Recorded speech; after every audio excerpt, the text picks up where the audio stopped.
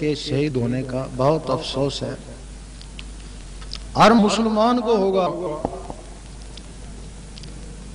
لیکن ایک اور اس سے بھی عظیم مسجد ہے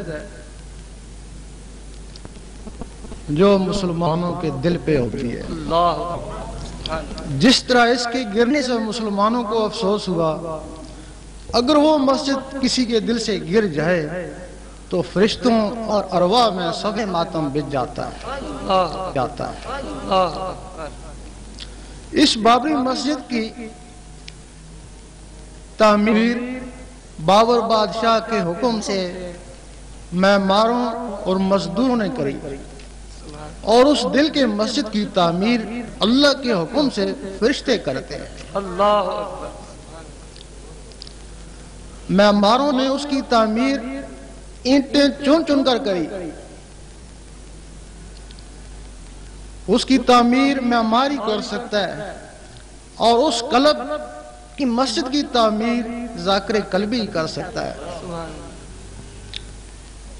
وہ اینٹیں چن چن کر کرتا ہے، اور یہ دل کی دھڑکنوں کو اللہ اللہ میں ملا کر کرتا ہے۔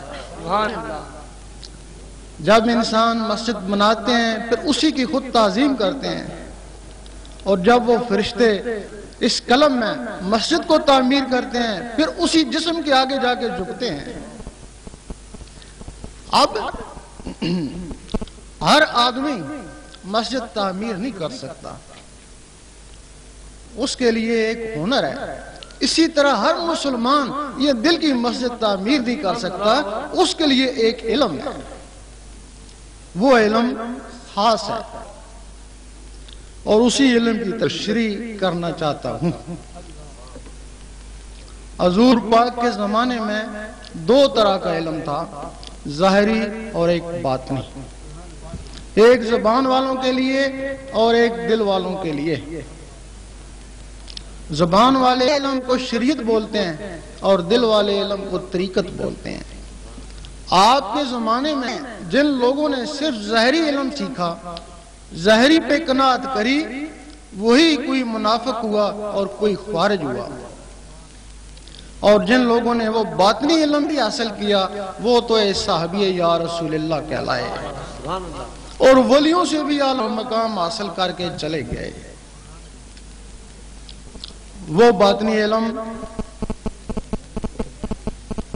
کتابوں میں نہیں ملتا، حدیث شریف میں نہیں ملتا، قرآن مجید میں صرف اس کے اشارے ہیں کہ خضر علیہ السلام کو علم لدنی تھا، حدیث شریف میں اس کے اشارے ہیں۔ حضرت ابو ہریرہ رضی اللہ تعالیٰ فرماتے ہیں مجھے حضور پاک سے دو علم ملے، ایک تمہیں بتا دیا، اگر دوسرا بتاؤں تو تم مجھے قتل کر دو۔ اس کا مطلب ہے وہ حدیث شریف میں بھی نہیں ہے۔